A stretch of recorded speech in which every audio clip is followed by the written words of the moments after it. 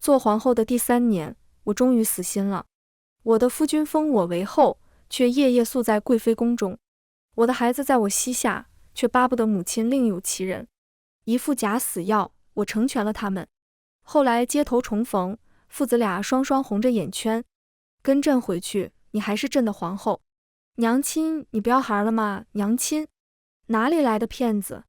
我抱紧手里的孩子，一脸陌生地望着他们。我何曾生过2个孩子？大家好，欢迎收看皮皮听书，一切听凭陛下安排。我跪在地上，没有抬头。萧炎很诧异，你的意思是同意了？我原也以为打死我都不会同意的。萧炎要我将楚儿送入关雎宫，养在薛玉扰名下，多么可笑啊！我是他的原配，是他的发妻，是他昭告天下的中宫皇后，他却要我将拼着性命生下的孩子送给他的贵妃。因为薛玉扰难得喜欢，玉儿生性淡薄，皇后之位都给你了，要你一个孩子而已。他为了楚儿连绝嗣汤都喝了，你还要如何？朕知道你舍不得，但我们以后还会有的。以后我们还能生许许多多个孩儿。他怕是忘了，生萧楚时，他正带兵攻打江东，楚地遇袭，我躲在山洞，3个日夜才终得一子。那之后颠沛流离，御医早就断言，将来子嗣艰难。你确定？萧衍有些不信。我一介孤女，父兄早早战死在他的江山之争中，能受封后位，靠的是10年糟糠之情，靠的是膝下唯一的太子殿下。臣妾已让碧荷收拾好楚儿的东西，想来现下已经送至关雎宫。萧衍突然沉默下来，眸光复杂地望着我。半晌，你莫要学京中门阀宗父，耍些心机手段，否则……沉着脸，甩袖离去。真抬举我了。用工人们唠嗑时的闲话来说，我一个乡野粗妇，若不是祖坟埋得好，摊上了萧衍这么个夫君，这辈子连京都的门槛都摸不到，怎配与京中贵女们相比？我从冰凉的地上站起身，拍了拍裙裾上的灰尘，坐到妆镜前，抽开妆帘，拿出一个小瓷瓶，倒出其中药丸，眼都不眨的仰面吞下。我只是打算成全他们而已。我叫焦阿瞒，蛮力的蛮。出生时，爹娘盼着我力大无穷，好养好长，这名字的确取得好。隔壁那文绉绉的眼哥，3天1小病，5天1大病，明明比我长1岁，却总也不及我高。他老喜欢找我玩耍，逗我，焦阿瞒，你有力气，我有脑子，你同我一起玩，天王老子来了都不怕。一直到成亲前，天下大乱，我想推迟婚期，他还是这样说，焦阿瞒，你有力气，我有脑子，你嫁给我，怕个什么？我不怕嫁给他，我是怕成为他的累赘。我的矮萝卜眼哥早就生得高大魁梧，能文善武。村子里的先生说他必有一番作为，好在我的一身蛮力还真有点用处，能让我在死人堆里翻出他，扛着他翻过3座山头，能让我躲在山洞里痛了3天3夜一声不吭，能让我带着楚儿藏在敌营，做奴为婢，将他拉扯长大。那时我骄傲极了，我的眼哥真聪明，他真的有脑子，我也真的有力气。皇宫做皇后不怕的，那是真傻。金灿灿的皇宫哪是需要力气，哪是使得出力气的地方？最先变的是身边的人。从前跟着眼哥，他身边的人都尊我一声嫂子。嫂子，你做的锅盔真好吃。嫂子，您这针脚太好看了吧。嫂子，你背着将军走了那么远，有没有受伤？我带着3岁的楚儿从敌营出来那一日，那群将士跪在我面前，个个通红着双眼，声势震天。嫂子，末将来迟。进宫后，没有人再喊我嫂子了。领头的公公向我行礼，喊我一声娘娘后，场面尴尬的安静了一瞬，各色眼神往我身上淌了一遍。我本不是什么聪明人，可那一刻突然明白了，京中贵人多，连宫女都面白唇红，长得娇嫩可人。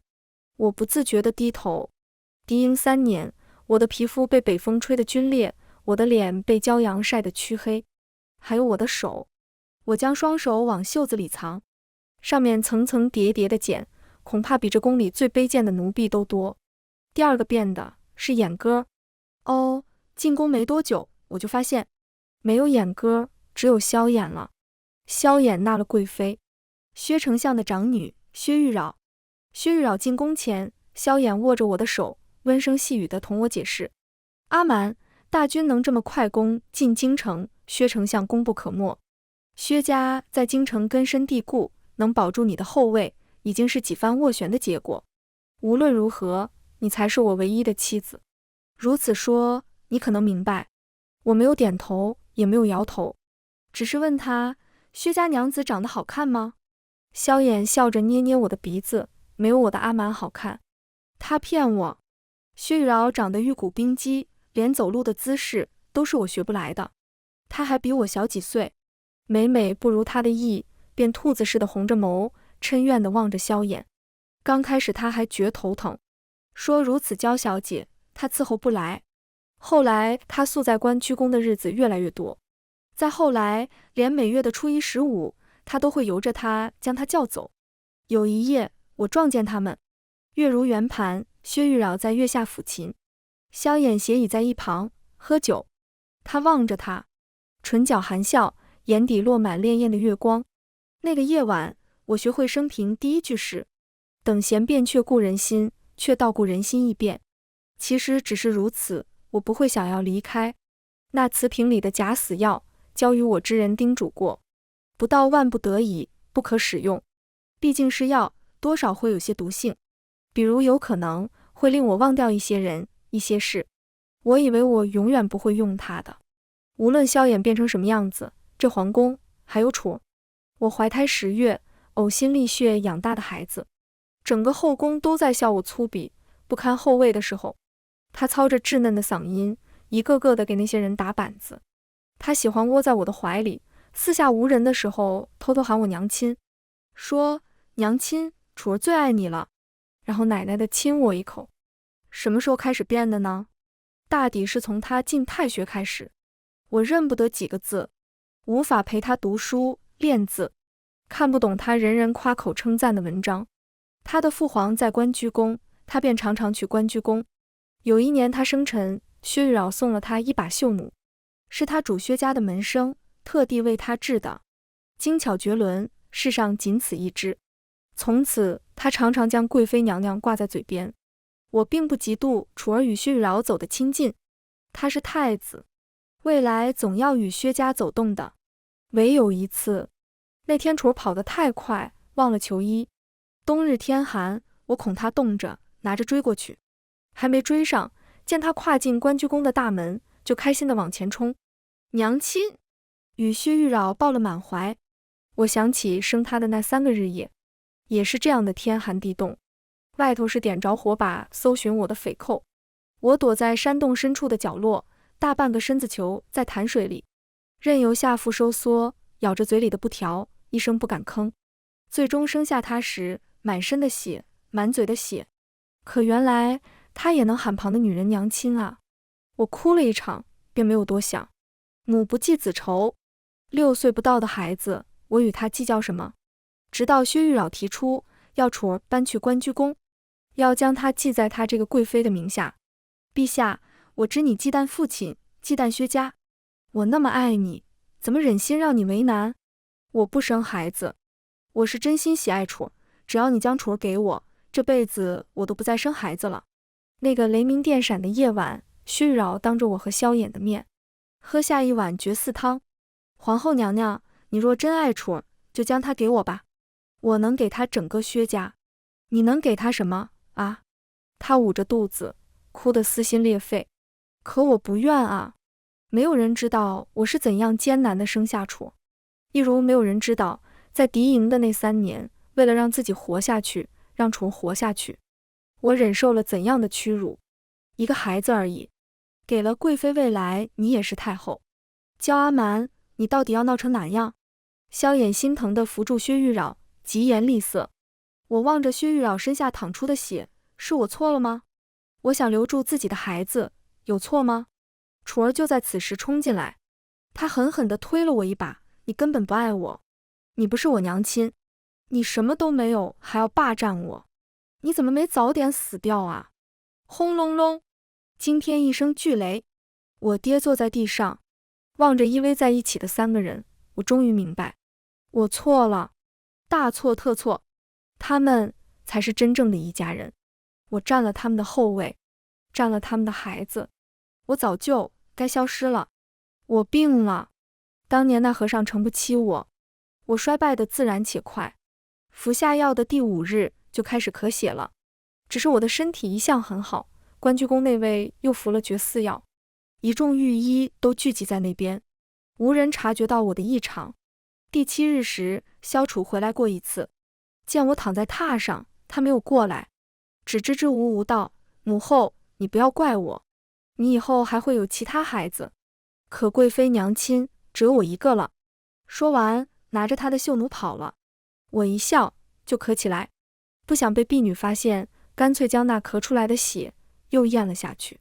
夜晚，萧衍也来了，他似乎想嘉赏我，居然脱下衣裳要与我同房。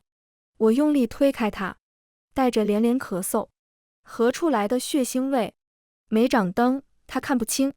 我稳住气息，臣妾月事来了。萧衍一滞，却也不走，反倒来抱我。贵妃娘娘正虚弱，想来不愿在陛下身上闻到我的味道吧。萧衍终于离我远一点，却是坐起来，又握住我的手。阿瞒，乖一些，有些事情忍一忍也就过去了。无论如何，楚儿是你生的，永远是你儿子。我不作声。他又说，这月15带你出宫去玩，我想回焦家村。我说，好，待朕有空。我想回焦家村。萧衍大概是皱眉了，待明日楚儿正式过给玉娆。好，我抽出手。萧衍还想来握，外头宫人来禀，陛下，贵妃娘娘梦魇。去吧。我拢好自己的被子。萧衍看了我一会儿，没动。陛下，贵妃娘娘那边，外头催。够了。萧衍一声呵斥，起身穿衣。我侧过身，直到听见脚步声才睁开眼。萧衍早不是当年身量，连身形都不太一样了。如今的他挺拔又修长，像极了生来就养尊处优的贵公子。可我望着他的背影，越来越远，越来越小，也不知为何突然变成当年那个矮冬瓜。焦阿瞒，你有力气，我有脑子，你同我一起玩，天王老子来了都不怕。焦阿瞒，你有力气，我有脑子，你嫁给我，怕个什么？焦阿瞒，你有力气，我不。眼哥哇，再也没有力气了。我哇的一声，吐出大口大口的血。太子殿下要过到贵妃名下了，可明明皇后娘娘还活着，陛下对贵妃娘娘的恩宠，果真前无古人后无来者啊！而且原本过名就过名，内务府动动笔的事儿，可那日贵妃娘娘娇滴滴的在陛下怀里撒娇，总得让楚儿当着众人的面给我敬杯茶吧，不然不明不白的跟臣妾抢了他的孩子似的。陛下想都没想，点头就应了。于是这日一大早，关雎宫就十分热闹。陛下、太子殿下、贵妃娘娘、月前刚纳入宫中的几位嫔妃，连薛丞相都在。萧楚早就等不及了，贵妃娘娘早与他说过了，做了他的孩子，他就有了外祖父、外祖母，还有好几位舅舅，能常常带他出宫玩去。可时辰快过了，皇后还未出现，姑就说她不可信，他定是后悔了。萧楚不悦地踢了一脚眼前的茶桌，仔细把脚踢疼了。薛玉娆将他抱到膝上，望向上座。陛下。萧衍沉着脸去请皇后。马上有宫人离开，臣妾就知道他是糊弄臣妾的。薛玉娆红了眼，他怎么可能舍得楚？为何一定要他在？萧楚不满道：父皇在，母妃在就行了，又不是给他敬茶。殿下。倒是薛丞相开口，皇后娘娘乃殿下生母，殿下应当敬重。萧楚低下头，嘀咕：不就是昨日没哄他，改日再哄哄他便是。又一盏茶功夫过去，依然未见皇后到来。萧衍盯地放下茶盏，正欲发作，刚刚离开那工人步履匆匆地回来了，进殿就惊慌地跪下：“陛下，皇后娘娘，娘娘薨逝了。”其实我也不确定那药是否真能让我假死逃生。14岁那年，我就过一个小和尚，原不是什么求回报的举动，那小和尚拉住我：“姑娘命格贵不可言，请务必收下贫僧此物。”他给了我一本书，让我将来交给我的丈夫。彼时我尚未与萧衍一亲，只觉十分莫名。他却将我看来看去，又递给我一个小瓷瓶，细细说过用法后，一声叹息：“如天之福而不自珍，可嗟可叹。”摇头离去。很多年，我都当它是件易事，直到萧衍告诉我，那本书是一本兵书，而他靠着那本兵书打赢了一场又一场艰难的战役。那么，小和尚给我的那瓶假死药，或许也真的那么神奇吧？我照着他当年所说的方法服了药，又照着他说的寺庙给宫外递了信。那晚萧衍离开后，我沾着吐出的鲜血写下一封血书。我说：“衍哥，我想回焦家村，将我葬在桃花林吧。”我不确定他是否会依我所言，但我恢复意识的时候，闻到了淡淡的桃花香。陛下，我竟还听到人声：“陛下，娘娘已经去了，您就让娘娘安心的去吧。”原来我在棺材里，虽有了意识，身体却不能动，呼吸也几乎觉知不到。阿瞒，有人在拍打棺材，听声音是萧衍。阿瞒，他竟像是在哭。阿瞒，如此重疾，你为何不与朕说？阿瞒，你斗阵的是不是？你起来，朕命你起来。拍打声突然变大，萧衍大喝：“来人，开棺，给朕开棺！”我心头一紧，那和尚说过我会假死10日，10日，想来此时我正是在焦家村，但毕竟是假死，若开棺，我的尸身既无腐烂，又无尸斑，恐怕就露馅了。父皇，又传来孩子的哭声，你不是说娘亲只是睡着了吗？为何要将她埋到土里？他们说轰就是死了，再也没有了，是这样吗？父皇，是萧楚。随之而来一片嘈杂声，劝谏开棺乃大忌，欺扰娘娘在天之灵的。扑通跪地说不是他同小殿下乱嚼舌根的，嚷着贵妃娘娘在官驿身体不适的。突然有人一声惊呼：“太子殿下！”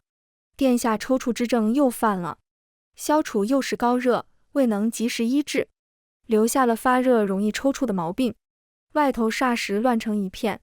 落棺，最终是薛丞相一声高喝：“陛下，请带殿下回官驿诊治！陛下，请带殿下回官驿诊治啊！”众人哀求，耳边终于渐渐安静下来，我的意识也随之涣散，再次有知觉，是舌尖要命的苦，苦得我猛抽一口气。睁眼，是一身僧袍的小和尚，时光轮转，他竟还是当年模样，手持佛珠，俯首作揖：“阿弥陀佛。”总算报了施主一命之恩。我去了邻国，与萧衍并肩多年，他那些心腹如今都是各地要员，有不少人认识我。我在焦家村外逗留3个月，才找准机会买到一个假身份和一份路引。又3个月，我辗转到了商印边境，混入印朝难民中。为免口音露馅，我一直扮作哑女，只是印朝户籍制度森严，不允女子自立门户，所以入印半年后，我成亲了。对方姓沈明真，是名铁匠。我与他在难民营中识得，他原在两国交界处开了间铁铺，两国交战后，商朝官员收了他的铺子，将他赶入难民营。那时正是冬日，有次我见他的冬靴豁了个大口，实在没法穿了，拿过来给他补了几针。之后常常见他出现在我左右。入印都后，众人都上报户籍，拿了身份，唯有我上无父母，下无兄弟，右口不能言，手不能写。衙役一扶额：“你这模样还不赖，找个男人嫁了吧，要不就只能做卑贱的奴。”卑贱的奴也不是没做过，可不等我答话，同行的沈真就拉走了我。他说他在都城外尚有2间小铺，几亩良田，又说他母亲早逝，父亲宽厚，兄妹俱已婚嫁，然后支支又无无，无无又支支。你不若嫁给我。我不是那个意思，就是你先嫁于我，将户籍拿到，待日后你遇到心仪之人，我自当奉上和离书。曼娘，你放宽心，走个形式而已。他红透了脸颊，我尊敬曼娘，必不越雷池半步。但1年后，我们还是圆房了。沈真是个很好的人，会为我的雅集四处奔走，会在得知我其实康健时，欣喜得直掉眼泪。焦阿瞒早就死在那个密不透风的皇宫，苏曼娘愿意接受新的人生。又1年，我们有了一个女儿。生产那日，我照旧一声不吭。倒是沈真打着100斤重铁都面不改色的人，哭得地动山摇。娘子，我们再也不生了，都是我的错，生个什么吃人性命的孩子。我告诉他我不易有孕，他还是坚持用了半年药，彻底断了再度有孕的可能。转眼3年过去，我们的女儿长得粉雕玉琢，娇俏可爱。沈真想要将来送她进学堂，卖了良田，将2间铁铺变成都城的1间，举家搬入印都。印都高门多，我们的日子比上不足，比下却也有余。且印都热闹，瑶瑶十分喜欢。这日正是上元节，沈真要准备节后的开铺事宜。我带着瑶瑶逛灯市，灯市人多，瑶瑶又是第一次看到这样稀奇的节事，左钻右窜间，竟从我手中滑脱了。我满身是汗的找了她小半个时辰，才听到她那声天籁般的娘亲。回头却见她被一男子抱在怀中，孔明灯一盏又一盏的飞上天际，凤凰灯、鸳鸯灯、莲花灯，天地都被绚烂的彩灯照出迷蒙的颜色。那男子就在灯下站着，身边还跟一个到他肩膀的小少年。看到我的一瞬，温文的笑意将在唇角。娘亲，还是瑶瑶打破沉默。娘亲，那少年如梦初醒，几乎是急奔而来。娘亲，你还活着。他过来就拽住我的袖子，我就知道你怎么会舍得我和父亲。我勉力舒开握成拳的手，露出一个笑。小公子可是认错人了？这么些年，印朝官话我已经讲得十分熟稔。瑶瑶，来，娘亲抱。扶开他的手，上前几步，欲要接过瑶瑶。瑶瑶自然是欢心地往我怀里扑，只是抱着他的人似乎从怔中回过神来，我才接过瑶瑶，手臂便被扣住。阿瞒，街市太过热闹，他这声叫唤几乎低不可闻，但他扣着我的手微微发抖，一双眸子都是通红的。阿瞒，他一声又一声，阿瞒，阿瞒。公子，你也认错人了。我坦然抬头，抱着瑶瑶退后2步，那小公子却又冲上前拉住我的手。娘亲，我是楚儿啊，你不要孩了吗？娘亲。阿瞒，手臂再次被扣住。你是如何到了印度？你为何不去找我？你不要我，连千辛万苦生下来的楚儿都不要了吗？哪里来的骗子？我一手甩开2人，我何曾生过2个孩子？淡淡地望他们一眼，抱紧了瑶瑶，转身离开。诚然，我并没有忘记什么人或是什么事，甚至一眼认出了那2人。萧楚长高了，模样几乎与年轻时的萧衍一模一样。萧衍倒是比从前少了一股锐气，尤其望着瑶瑶笑的模样，他对萧楚都不曾笑得那么温柔。可是我不想再与他们有任何瓜葛了。娘亲，瑶瑶给娘亲惹麻烦了吗？回家后，我给瑶瑶洗漱，躺上床时，她这样问我。我笑着亲亲她的额头，没有。瑶瑶乖，你先睡觉，娘亲去给爹爹准备宵夜。瑶瑶乖巧的点头，很快闭眼。我留了一盏小灯，就去厨房。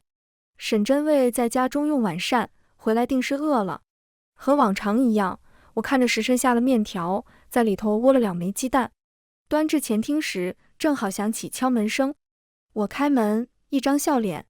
娘子，俯身将我抱了满怀。夫君，我一笑着回报他，只是余光越过他的肩头时，扫到院门暗处的人影，宛如被雷电击中一般，僵立当场。瑶瑶可睡了？沈真问我。睡了。沈真还抱着我。瑶瑶撕碎了，她依旧很黏我。那暗处的人影似乎抬步想要过来，被一股力道拉住。沈真又亲了亲我的脸颊，拉着那人的侧影，直接跪下了。自萧衍登基，改国号为商后，商印两朝交恶多年，征战不断。看来萧衍此次是潜伏入城，不便暴露身份。我没有再看他们，直接关上了大门。只是夜半时分，门口响起清细的敲门声，3块2慢。那几年在楚王敌营，每每有信息递给我，就是这个暗号。我睁眼望着头顶的床幔，敲门声没有停歇，一下又一下。我到底起身，刚开门就有人跪在身前。娘娘，卑职求您去见陛下一面吧。萧衍歇在一处偏僻的客栈，大概是将整个客栈包下来了，没有灯烛，亦没有人声。我推开门，就见到满地的瓷器碎片和被砸坏的桌椅。萧衍颓然坐在一处角落，手里一坛酒。听到人声，抬手就打算扔过来，见到是我，蓦然顿住。我寻了个勉强完整的长椅，坐下。萧衍一双眼凝在我身上，良久才开口：“你与那铁匠成亲了？”“那小姑娘是你们的女儿？”“几岁了？”“4岁。”静默一瞬，再开口，声音有点哑：“她与你幼时几乎一模一样，难为你还记得。”“朕不记得。”萧衍笑了笑：“阿瞒，你的一颦一笑，朕哪样不记得？可你居然嫁给旁的人。”“焦阿瞒，你居然嫁给旁的人？”他猝然砸了手中那坛酒。“你我总角之交，青梅竹马，年少夫妻，同甘共苦。你我定情桃花林，缔婚双亲前，誓许赴鸿蒙。你怎么敢嫁给旁人，给别的男人生孩子？”他一步步走近，突然扣住我的肩。“他刚刚碰你了吗？”“碰你哪里了？”我抓起一块瓷片放到脖颈间。“陛下，若不能好好说话，今夜不必继续了。”他像被烫到一般，忙松开我，后退3步。萧衍照做。我放下瓷片，挪开眼。“陛下深夜要见民女，所为何事？”萧衍却又急急上前，抓住了我的手腕。“阿瞒，你随朕回去，后位一直为你留着。跟朕回去，你还是朕的皇后。”这次轮到我笑。“陛下，你认为这可能吗？”我平静地望着他。萧衍亦望着我，抓着我的手一点点收紧，面色却一寸寸变白。“阿瞒，你知道很多事情情非得已，薛家事大，所以你就心安理得，一心二用，拈花探柳。你可知我为何敢赌你会将我葬在桃花林？”也不等他开口，我认识的，你给他的生辰礼，贵妃娘娘19岁的生辰礼，是皇帝陛下亲手写下的一幅字，生同亲，死同学。他以为我不识的那几个字，书写时还是让我给他磨的墨。萧衍张嘴，却发不出声音。我拂掉他的手，起身。“阿瞒。”他唤住我，若我说你离去后才知自己错得离谱呢？自你离去，时难下咽，夜难安寝。陛下。我打断他，并未回头。你教我的，有些事情忍一忍也就过去了。萧衍没有再出现，大抵是回去了。印都与商都相距甚远，他不可能离朝太久。萧楚却留了下来。第一天，他就只站在院子门口，忐忑地往里张望。第二天，他失落地蹲在地上，像一只被抛弃的流浪狗。第3天，沈真把他带了进来。沈真什么都知道。那个敲门声不息的夜晚，就是他劝我：“娘子，我们打铁讲究个干净利落，一把好剑，千锤百炼，方进可攻敌，退可自保。去吧，不过是练过你的一把火。”消除这把火，我却有些不知该怎样面对。他是我身上掉下的一块肉，我毫无保留地爱过他，无怨无悔地为他付出过。到头来，他成了旁人手中的一把利刃，我却不能对自己生下的孩子用上怨恨这样的字眼。萧楚也到底是长大了一些，并不缠着我。沈真给他辟出一间房，他十分感激，整日沈叔叔前、沈叔叔后的喊着。对瑶瑶也分外和颜悦色，只是瑶瑶不太喜欢他，每每都要争论。瑶瑶不是你的妹妹？娘亲是瑶瑶的娘亲，不是你的娘亲。每到这时，萧楚便像被人抽干了力气，红着眼圈小声的：“是我的娘亲。”萧楚在这里住了3个月，4是怕惹我不喜，没有喊过我娘亲，却坚持喊瑶瑶妹妹。他也不提什么特殊要求，偶尔我给瑶瑶做点零嘴，他便央着他分他一点。3个月后，来了2个大内侍卫，我知道他要走了。当天晚上，他刻意淋了一场雨，他发热一惊觉，我不得不过去看他。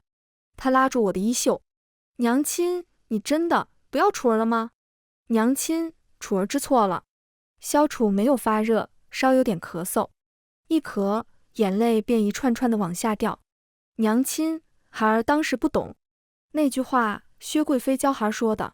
她说只要说了那句话，娘亲就会放手。她做出善人模样，给我许了那样多的好处，孩儿没有经受住诱惑。孩儿总想着娘亲那般疼我，总归舍不得与我生气的。长大方知那句话是如何的杀人诛心。6年过去，萧楚12岁了，声音不再是当年的透亮，一哭便带着摧枯拉朽般的破碎感。娘亲，薛贵妃故意的，她将我骗过去，又哄我玩乐享受，惹得父皇不悦。她说服了绝嗣汤，可分明你走的第2年，她就有孕了。她说她像爱自己的孩子一样爱我，可我那次发热，她瞒着御医。萧楚拉开袖子，手臂上一道深深的牙印疤痕。若不是我咬着自己，娘亲，她是想要孩儿死啊！她哭得更大声，几乎要说不出完整的话来。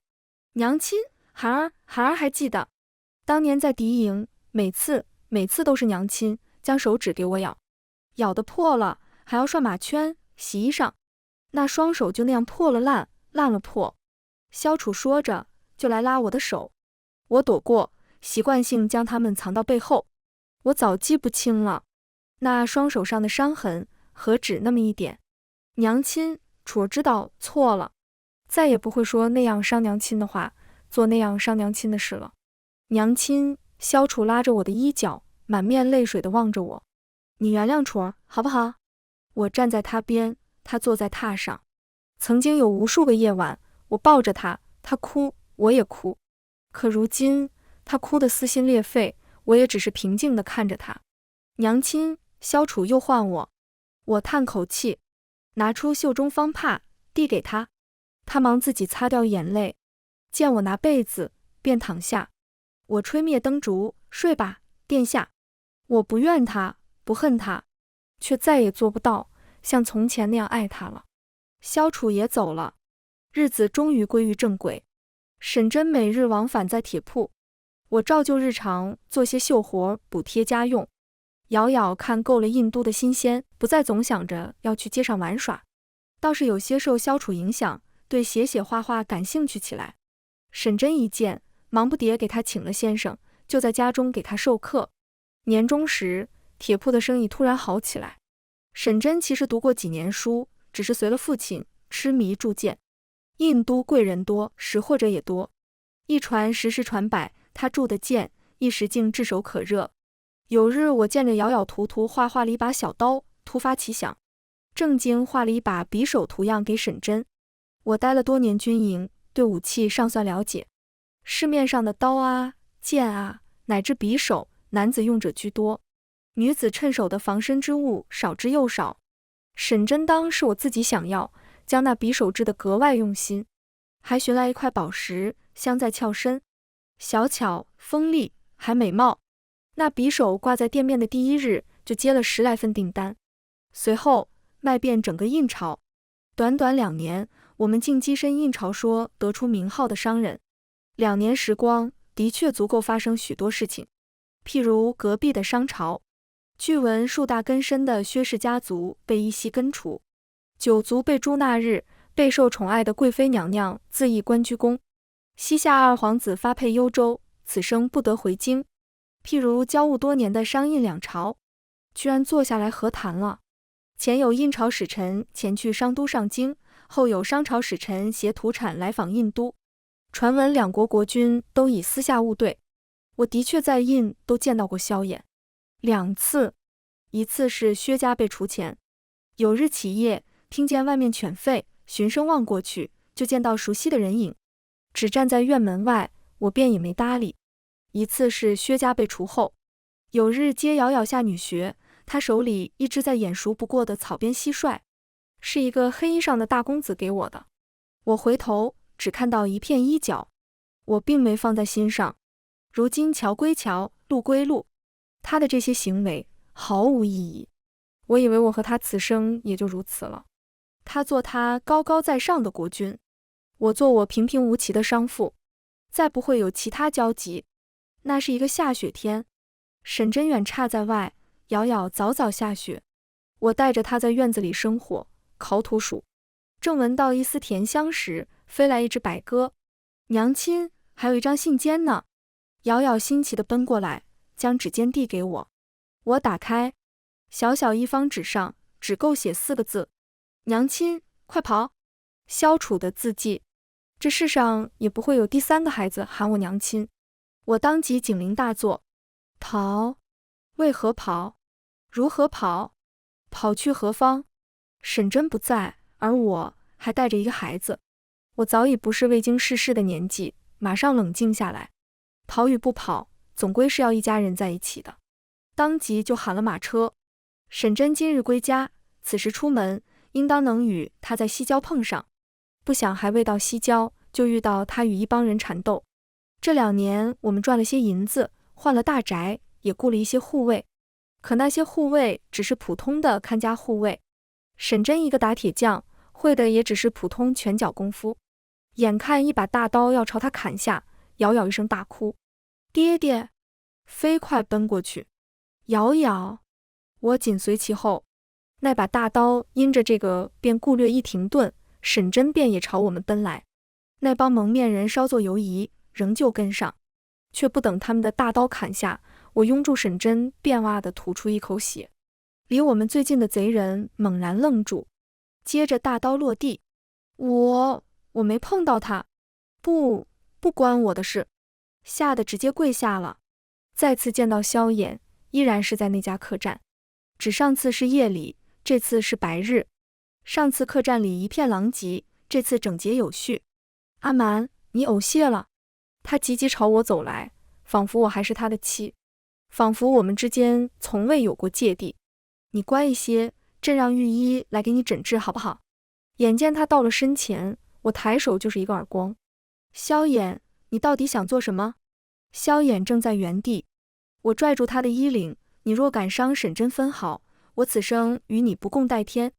萧衍身形一颤，脸颊是红的，眼神却冷下来，轻声一笑，将我推开，拍拍两手，马上有侍者鱼贯而入，凤冠、凤袍一应俱全。萧衍闲适地坐下，做什么？自然是接朕的皇后回朝。我气息一滞，一时竟说不出话来。阿蛮，你未曾听说吗？前些日子，朕已经遣散后宫。阿蛮，再也无人同你争了，你开不开心？我手握成拳，望着萧衍唇角的笑意。薛玉娆早就畏罪自尽，薛丞相业已伏法。阿蛮，该回去了。我笑了一声，又一声。阿蛮，朕都安排好了，你带着瑶瑶一道，朕会将她看作亲生女儿，封号朕都想好了，就封她为楚翘公主如何？你记不记得，楚儿还在你腹中不知男女时，便是取的乔楚中的楚字为名。瑶瑶回去后，他兄妹2人。萧衍，我打断他，你杀了我吧，杀了我，杀了沈真，也杀了瑶瑶。总归沈真不在，我与瑶瑶也不会独活。空气一时静默，片刻，萧衍突然灌了手中茶盏，焦阿蛮，那铁匠到底有什么好？今日你还没看明白吗？他根本护不住你。他红着眼冲到我身前，抓住我的手腕。他能给你什么？一间宅子，几间铺子，他根本就一无所有。你要为了他拒绝朕双手捧上的半壁江山。他逼着我步步后退，最后将我抵在墙壁上。阿蛮，朕再也不会犯那样的错了。阿蛮，你随朕回去。只有你，阿蛮，只有你是全心全意待朕的。朕的枕边只能是你，才能安睡。是吗？我扯了扯唇角，袖中利刃出鞘，不留余地地刺穿他的肩膀。早就不是了。在他错愕的目光中，我拔出匕首，再刺一刀，将他逼至桌角。萧衍，不是所有选择都有回头路可走。拔出匕首，鲜血沾到唇角，萧衍顺着桌角滑下。我转身，他抓住我的裙裾，眼泪大颗大颗地落下。阿瞒，你我生死相依几十年，只是一时分心而已，何以对我如此狠心？今日若不是我及时赶到，沈真此时已是一具尸体。我冷冷盯着他，拉出他手中裙裾。陛下有什么，尽管冲我来。焦阿瞒能陪你打天下，能陪沈真打生铁，亦不惧内阎王殿熊熊烈焰。握紧手中匕首，抬步便走。临到门口，骄阳艳艳。我回头望着这个我心系半生的男人，眼歌水雾迷蒙了那张曾经刻在心间的脸。我嫁与你时，你亦一无所有。我和沈真没有搬离印都，有心人若想找，搬到天涯海角都逃不掉。我也没再见过萧衍。从客栈出来的第2日，有一队人马匆匆离开印都，走之前送来了各种奇珍补药。我的身体其实没事，当年那一颗假死药没有让我忘掉一些人事，而是令我情绪剧烈波动时会呕出鲜血。那日眼见沈真生死一线，我心惊胆战，才吐出那么一口血，不想反倒解了当时困局。暮春时，我们新开了一家绣坊，经营铁铺这许久，我尝到了做生意的意趣。只是那刀刀剑剑的，到底不是我感兴趣的。每日沈真去铁铺，我去绣坊，瑶瑶去女学。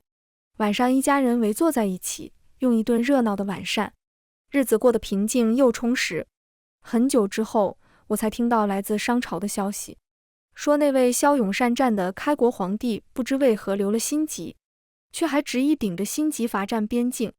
一次大战终身受重伤，从此缠绵病榻。幸而太子年少有为，代掌朝政，朝堂中的党伐之争又皆已肃清，勉强稳住了根本。听到这些消息时，是在茶馆。娘亲，这花生酥好好吃，我们带些给爹爹吧。瑶瑶笑嘻嘻地喊了小二，包了一整份花生酥。出门却正见沈真下马车。天冷路滑，我来接娘子回家。她笑着抱起瑶瑶，朝我伸手。我亦朝着她笑，上前半步，握住她的手。全文完，皮皮听书，感谢您的观看，每天上新精彩小说，喜欢就订阅吧。